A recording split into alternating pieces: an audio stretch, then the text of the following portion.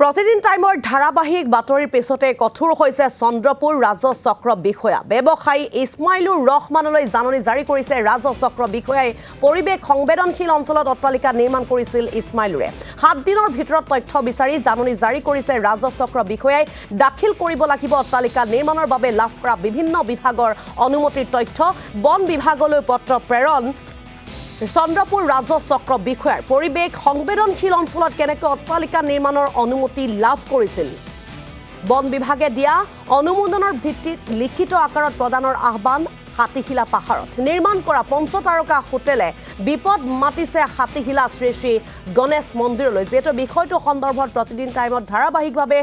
বাতৰি সম্প্ৰচাৰিত কৰি থকা হৈছে তাৰ পাছতে এইবাৰ গালৰা দেখিবলৈ পোৱা গৈছে বিভাগীয় কৰ্তৃপক্ষ কঠোৰ হৈছে চন্দ্ৰপুৰ ৰাজহ চক্ৰ বিষয়া আমি শেহতীয়া যিসমূহ তথ্য জানিবৰ বাবে অনুপ নাথৰ কাখলৈ যাবলৈ বিচাৰিছো লাইভ যোগে সংযুক্ত হৈছো অনুপ আপুনি যেটো ধাৰাবাহিকভাৱে বিষয়টো সন্দৰ্ভত আমাক জনাই আহিছিল এবাৰ ব্যৱসায়ী ইছমাইলুৰ ৰহমানলৈ জাননী জাৰি কৰিছে ৰাজহ চক্ৰ বিষয়াই পৰিৱেশ সংবেদনশীল অঞ্চলত অট্টালিকা নিৰ্মাণ কৰিছিল যেটো ইছমাইলুৰে কেতবোৰ বিস্ফোৰক অভিযোগ উত্থাপন হৈছে এবাৰ 7 দিনৰ ভিতৰত তথ্য বিচাৰি ৰাজহ চক্ৰ বিষয়াই জাননী জাৰি কৰিছে অৱশেষত গা লৰিছে বিভাগীয় কৰ্তৃপক্ষৰ আমি অধিক তথ্যখিনি জানিম অনুপ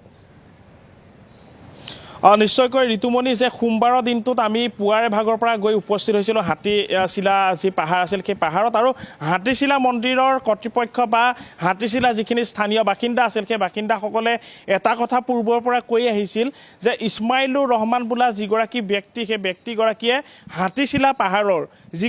যিটো স্থান ইক' চেনচিটিভ জোন হিচাপে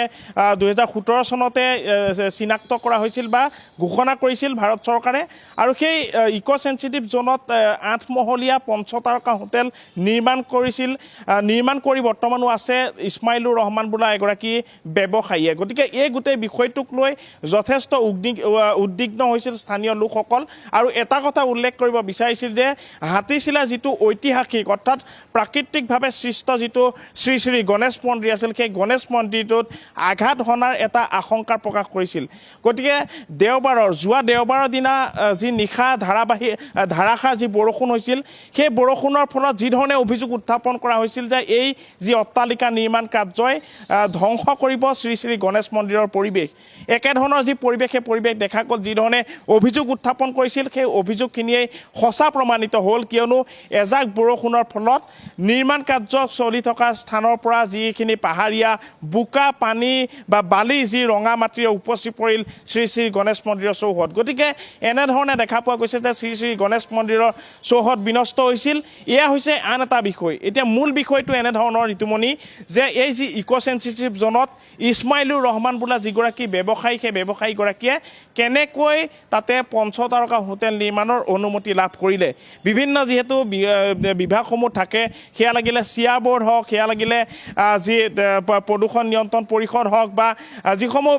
বিভাগ আছে বন বিভাগ হওক গতিকে এই ডিজাষ্টাৰ্ছ মেনেজমেণ্ট এটা বিভাগ আছে এই বিভাগসমূহৰ পৰা কি ধৰণে আচলতে ক্লিয়াৰেন্স পাইছিল বা তেওঁ অনুজ্ঞাপত্ৰ বা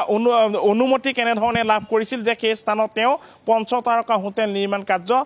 কৰিব পাৰি বা নিৰ্মাণ কাৰ্য তেওঁ চলাই যাব পাৰে এই গোটেই বিষয়খিনি লৈ যথেষ্ট এক ব্যাপক চৰ্চা হৈছিল বা ৰহস্য দেখা পোৱা গৈছিল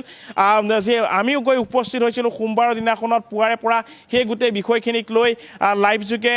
সম্প্ৰচাৰ কৰিছিলোঁ বাতৰি গতিকে তাৰ পাছত দেখা পোৱা গৈছে যে সোমবাৰে বাতৰি সম্প্ৰচাৰ কৰাৰ পাছত বুধবাৰৰ দিনটোত অৰ্থাৎ 12 তাৰিখে যি চন্দ্ৰপুৰ ৰাজহ চক্ৰ আছে সেই ৰাজহ চক্ৰ বিষয়া কঠোৰ হোৱা পৰিলক্ষিত হৈছে আৰু এইগৰাকী ইছমাইলুৰ ৰহমানক এই যিটো নিৰ্মাণ কাৰ্য তেওঁ চলাই আছে সেই নিৰ্মাণ কাৰ্যৰ বাবে যিখিনি তেওঁ বিভাগীয় অনুমতি পাইছিল বিভিন্ন বিভাগৰ পৰা কি ধৰণে তেওঁ অনুমতি পাইছিল এই গোটেই যিখিনি তথ্য সেই তথ্যখিনি ৰাজহ চক্ৰ বিষয়াক 7 দিনৰ ভিতৰত দাখিল কৰি পেলাই বৰ্তমান জাননী জাৰি কৰা হৈছে আৰু জাননী ইতিমধ্যেই যিহেতু তেওঁলৈ প্ৰেৰণ কৰিছে গতিকে ইছমাইলুৰ ৰহমানৰ হাতত যেতিয়া জাননী পৰিব সেই তেওঁ জাননী হাতত পৰাৰ পাছত 7 দিনৰ সময়সীমা দিছে আৰু এই 7 দিনৰ ভিতৰত তেওঁ গোটেই বিষয়খিনি অৰ্থাৎ গোটেই যি তথ্য যিখিনি তথ্যৰ ভিত্তিত তেওঁ তাতে বা অট্টালিকা নিৰ্মাণ কৰিবলৈ তেওঁ সাহস পাইছে বা অট্টালিকা নিৰ্মাণ কৰিছে এই ক্ষেত্ৰত তেওঁক যিখিনি যাৱতীয় তেওঁৰ হাতত থকা নথিপত্ৰ অনুজ্ঞা এই গোটেই অনুজ্ঞা বা নথিপত্ৰখিনি ৰাজচক্ৰ বিষয়াক তেওঁ দাখিল কৰিবলৈ বাবে এনেধৰণে জাননী জাৰি কৰিছে এতিয়া দ্বিতীয়টো কথা হৈছে এনেধৰণৰ যে এইগৰাকী ইছমাইলুৰ ৰহমানে কাৰ আশীৰ্বাদত ইক' চেঞ্চিটিভ জোনত 8মহলীয়া যি অট্টালিকা অৰ্থাৎ পঞ্চতাৰকা হোটেল নিৰ্মাণৰ তেওঁ সাহস আচলতে কেনেধৰণে পালে বা তেওঁ এই ধৰণে ইক' চেঞ্চিটিভ জোনত নিৰ্মাণ কাৰ্য চলাবৰ বাবে কাৰ আচলতে শক্তিত তেওঁক শক্তিশালী হৈছে গতিকে এই গোটেই বিষয়খিনি তদন্তৰ আওতাত আহিব লাগে বুলি স্থানীয় যিসকল লোক আছে তেওঁলোকে কৈছে আৰু সমান্তৰালকৈ গণেশ মন্দিৰৰ যিখিনি গণেশ মন্দিৰ কমিটি আছে সেই কমিটি আৰু সমান্তৰালকৈ স্থানীয় লোকসকলে এটা কথা উল্লেখ কৰিব বিচাৰিছে যে গণেশ মন্দিৰত যি ধৰণে এই নিৰ্মাণ কাৰ্যৰ ফলত ক্ষতিগ্ৰস্ত বা যি ধৰণে বিধ্বস্ত হৈ যাব ধৰিছে গণেশ মন্দিৰ গতিকে গণেশ মন্দিৰ সুৰক্ষাৰ স্বাৰ্থত তেওঁলোকে এটা কথা উল্লেখ কৰিব বিচাৰিছিল বা স্থানীয় লোকসকলে ক'ব বিচাৰিছিল যে এই যি নিৰ্মাণ কাৰ্য আছে ইছমাইলুৰ ৰহমানৰ যি পঞ্চতাৰকা হোটেল নিৰ্মাণ সেই নিৰ্মাণ কাৰ্য তেওঁলোকে বন্ধ কৰাৰ বাবে দাবী উত্থাপন কৰিছিল গতিকে এই যি পঞ্চতাৰকা ইয়াত কেইবাটাও ঋতুমণি বিষয় আছে যে ইক' চেঞ্চিটিভ জোনত কিহৰ ভিত্তিত তেওঁ বা কেনেধৰণে শক্তিমান হৈ তেওঁ পঞ্চতাৰকা হোটেল নিৰ্মাণ কৰিব পাৰিলে তাতে অট্টালিকা নিৰ্মাণ কৰিব পাৰিলে গতিকে গোটেই বিষয়টো যদি আমি চাওঁ যে যথেষ্ট এটা স্পৰ্শকাতৰ বিষয় যথেষ্ট এটা গুৰুত্বপূৰ্ণ বিষয় তিনিটাকৈ তাতে অট্টালিকা নিৰ্মাণ কৰা হৈছে আমাৰ কেমেৰা লেন্সত যিহেতু আমি দেখা পাইছিলোঁ আৰু সামগ্ৰিকভাৱে যিখিনি আমি ভিজুৱেল দেখুৱাই আছোঁ গতিকে এই ভিজুৱেলতে স্পষ্ট হয় যে তাতে তিনিটাকৈ অট্টালিকা বনোৱা হৈছে এটা খুব বৃহৎ অট্টালিকা আৰু এনেধৰণে তিনিটাকৈ যি বৃহৎ অট্টালিকা নিৰ্মাণ কৰা হৈছে এয়া হৈছে হাতীশিলা পাহাৰৰ তীৰত গতিকে সেউজীয়া যি আৱৰণ আছিল সেই আৱৰণ ধ্বংস কৰা হৈছে সেই আৱৰণ ধ্বংস কৰি তাতে অট্টালিকা নিৰ্মাণ কৰা হৈছে গতিকে এই অট্টালিকা নিৰ্মাণ কৰি ইক' চেঞ্চিটিভ জোনৰ যি ধৰণে নিয়ম নীতি থাকে বা এই যি ধৰণৰ ৰুল ৰেগুলেশ্যন থাকে ইক' চেঞ্চিটিভ জোনত কেনেধৰণে কিছু নিৰ্মাণ কাৰ্য কৰিব পাৰে যদিও তাতে ভূমিপট্ট থাকে এই ভূমিপট্টা থকা স্বত্তেও কিন্তু কেনেধৰণে ৰুল ৰেগুলেশ্যন বা নিয়ম নীতি নিৰ্দেশনা তেওঁ পালন কৰি একোজন ব্যক্তিয়ে তাতে নিৰ্মাণ কাৰ্য কৰাব পাৰে এই গোটেই বিষয়খিনিক লৈ ৰাজচক্ৰ বিষয়ে তথ্যখিনি বিচাৰিছে আৰু তথ্য বিচাৰিছে বন বিভাগৰ ফালৰ পৰাও গতিকে বন বিভাগে কেনেধৰণৰ ক্ৰাইটেৰিয়া অৰ্থাৎ কেনেধৰণৰ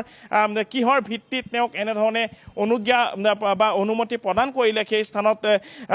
যি অট্টালিকা নিৰ্মাণৰ বাবে বা পঞ্চতাৰকা হোটেল নিৰ্মাণৰ বাবে গতিকে এই গোটেই বিষয়খিনিক লৈ যথেষ্ট